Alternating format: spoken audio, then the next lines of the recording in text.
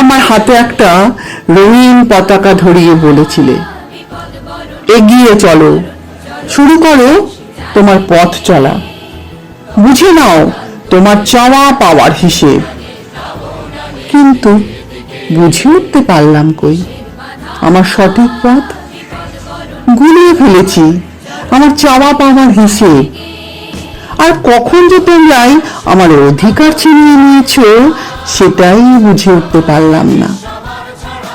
যতদিনে বুঝতে পারলাম ততদিনে পেরিয়ে গিয়েছে একের পর এক বছর, এক একটা করে ভোটের মেয়াদ। কিন্তু তোমরা পাল্টে ফেলেছ পতাকার রং, সিংহাসন থেকে পাল্টে ফেলেছ দেবদেবীর মূর্তি। কিন্তু আমি একই থেকে গেছি, আমি যে সাধারণ জনতা জনার্দন।